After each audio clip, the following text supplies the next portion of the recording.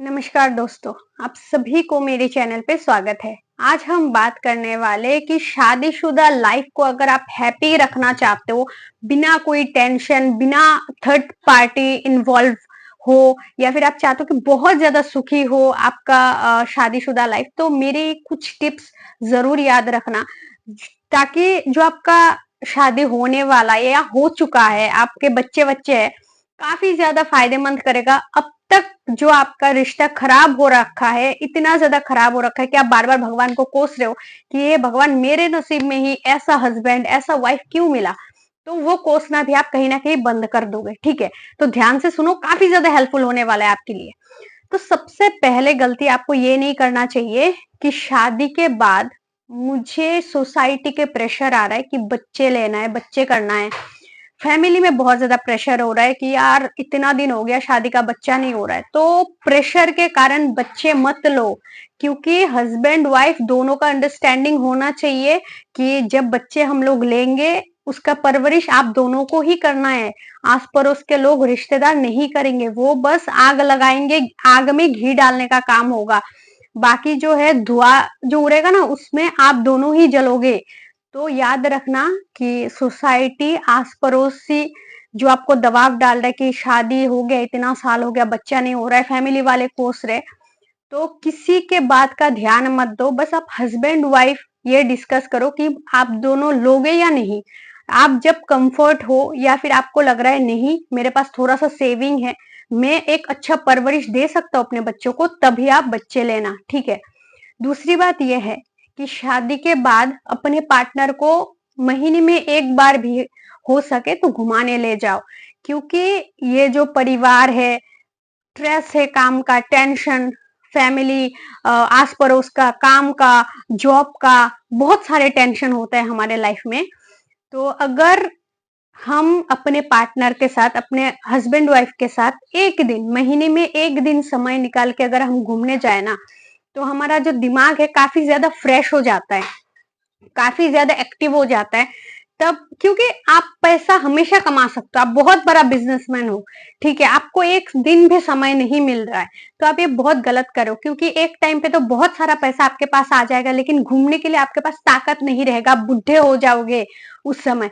तब पछताओगे कि पूरा जिंदगी मैंने यूं ही पैसे के पीछे भाग भाग के अपना जिंदगी जो है खराब कर लिया। अभी देखो बुढ़ापा आ गया, चिता के ऊपर आपको उठने का समय आ गया, लेकिन आप अपने पत्नी को नहीं समझ पाए, पति को नहीं समझ पाए। इसीलिए लाखों कमा रहे हो, बहुत बड़ा बिजनेसमैन हो, लेकिन महीने में एक बार समय निकाल के अपने पति पत्नी के साथ दोनों मिलके थोड़ा सा टाइम स्पेंड करो, कहीं बाहर निकलो। नहीं तो पैसा बहुत मिल जाएगा आपको फ्यूचर में, लेकिन ये टाइम, ये शरीर, ये मोमेंट कभी नहीं मिलेगा। जब बुढ़ापा आ जाएगा, आप शरीर लेके नहीं चल पाओगे, क्या घूमोगे, क्या एक दूसरे के साथ टाइम स्पेंड करोगे? और टाइम स्पेंड नहीं कर रहे हो ना, तो आपका पति बाहर मुंह मारेगा, आपका पत्नी भी बाहर मुंह मारेगी, ये बात समझ लो।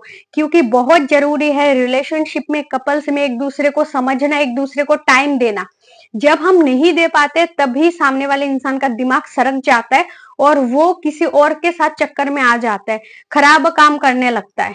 तो अगर रिश्ता बचाना चाहते हो, तो अपने पार्टनर को टाइम दो, उसको लेके थोड़ा सा घुमाओ, ठीक है? और तीसरी बात यह है कि हस्बैंड वाइफ के बीच जब लड़ाई झगड़ा हो ना, तो समाज के सामने या फिर घर के बच्चों के सामने कभी लड़ाई झगड़ा मत करना। क्योंकि अगर आपके दोनों के बीच लड़ाई झगड़ा हो रहा है, बंद कमरे में हो रहा है ना, तो सुबह उठ के ठीक हो जाएगा। लेकिन आप समाज के सामने, परिवार के सामने दोनों मिलके खराब तरीके से लड़ाई झगड़ा कर रहे हो ना, तो जो सामने वाला परिवार है, आस पड़ोस है, वो आपको डिवोर्स कराने के लिए आपके पास आके बहुत सारे कुकर्म आपके पार्टनर के बारे में बोलेगा, अनाप शनाप बातें बोल के आपका दिमाग खराब कर देगा। और बच्चों के सामने अगर आप लड़ाई करते हो, तो बच्चा जब बड़ा होगा ना, तो उसके दिमाग में खराब इफेक्ट पड़ जाएगा। वो ये सोचेगा कि मेरा मम्मी पापा भी देखो लड़ाई झगड़ा करते करते बुरे हो गए हैं, जब मैं भी शादी करूंगा तो मैं भी ऐसा ही करूंगा, क्योंकि आजकल के जमाने में होता ही ऐसा है, पति खराब होता है, पत्नी खराब होता है, समझ रहे हो? तो कहीं ना कहीं उसके दिमाग में बहुत एक खराब इफेक्ट पड़ जाएगा। तो इसीलिए लोगों के सामने और बच्चों के सामने कभी लड़ाई मत करना। लड़ाई करना ही है, एक दूसरे को समझाना ही है, बेइज्जती करना है, तो बंद कमरे में अकेले में बैठ के दोनों जितना मर्जी लड़ाई करो, लेकिन समाज के सामने, परिवार के सामने नहीं, ठीक है। और चौथी बात यह है कि जब भी कोई इंसान आपके सामने आपके पार्टनर की बेइज्जती करे, आपकी वाइफ की बेइज्जती करे, भले ही वो आपके मम्मी पापा हो, आपके परिवार के लोग हो, आपके ऑफिस के लोग हो, आपके आस पड़ोस के लोग हो, कोई भी इंसान अगर आपके सामने खड़े होके आपके पत्नी के बारे में अनाप शनाप बोले कि तेरा पत्नी ये है वो है, काम काज नहीं करती है, पूरा दिन घर पे बैठी रहती है, मोबाइल देखती रहती है, ना काम का ना काज का, दुश्मन अनाज का, तो आप उससे जो है लोगों की बात सुन के अपने पत्नी के ऊपर भड़कना मत। लोगों के मुंह बंद कराना, उसको ऐसा सबक सिखाना कि नेक्स्ट टाइम आपके पास आके कुछ भी ना बोल पाए आपके पत्नी के खिलाफ। क्योंकि अगर आप अपने पत्नी के खिलाफ नहीं खड़े होगे तो फ्यूचर में जो है आपका रिश्ता खराब हो जाएगा, कोई नहीं बचा पाएगा। और अगर आप एक लड़की हो जो मेरा वीडियो देख रहे हो, आपके हस्बैंड के बारे में अगर आपके मायके वाले भी कुछ बोले, आपके दोस्त भी कुछ बोले कि ये तो बेकार है, बिल्कुल भी स्मार्ट नहीं है, कमाता नहीं है, तेरा हस्बैंड बहुत ही ज्यादा बेकार इंसान है यार, तो आप इतना उससे सुनाओ, मतलब उस अपने मायके वाले हो या अपने दोस्त हो, कि नेक्स्ट टाइम वो आपके पति के खिलाफ कुछ बोलने का लायक ना रहे।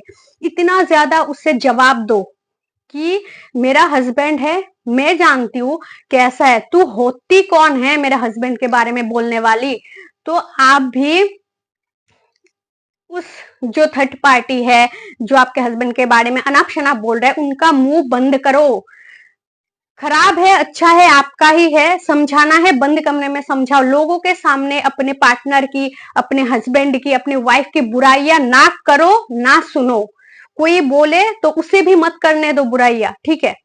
ये सब बातें अगर कुछ आप ध्यान में रखते हो ना, तो डेफिनेटली आपका जो शादीशुदा लाइफ है काफी अच्छा हो जाता है और अंडरस्टैंडिंग भी मिल जाता है, क्योंकि पूरा जिंदगी भर तो आपको रहना ही है उसके साथ।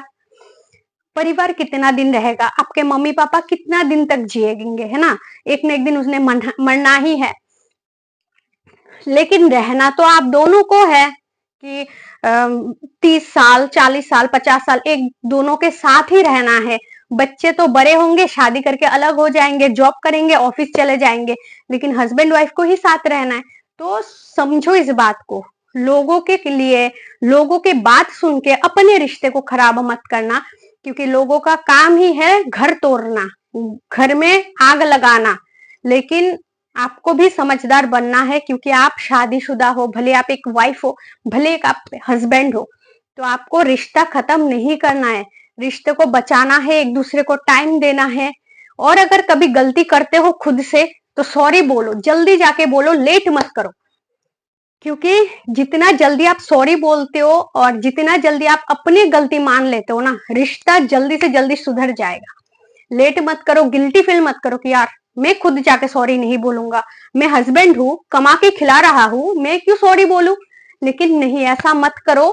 रिश्ता बचाना है तो दोनों का इक्वल इन्वॉल्व होना है। आप गलती करो तो आपको सॉरी बोलना है, और जल्दी से जल्दी, ये नहीं कि 2 दिन बाद बोलेंगे, 4 दिन बाद बोलेंगे, ऐसा नहीं। गलती किए हो तो जल्दी जाके सॉरी बोलो, तभी जो है रिश्ता बहुत मधुर हो जाएगा, बहुत सुंदर हो जाएगा। ये सब कुछ टिप्स मान के चलना, ठीक है। तो आशा करती हूँ ये वीडियो आपके लिए हेल्पफुल रही होगी। अगर वीडियो पसंद आए तो लाइक कर देना, और अगर आप मेरे चैनल पर नए हो तो प्लीज चैनल को जरूर सब्सक्राइब कर लीजिएगा। खुश से अपना ध्यान रखें। Thanks for watching. जय श्री कृष्ण।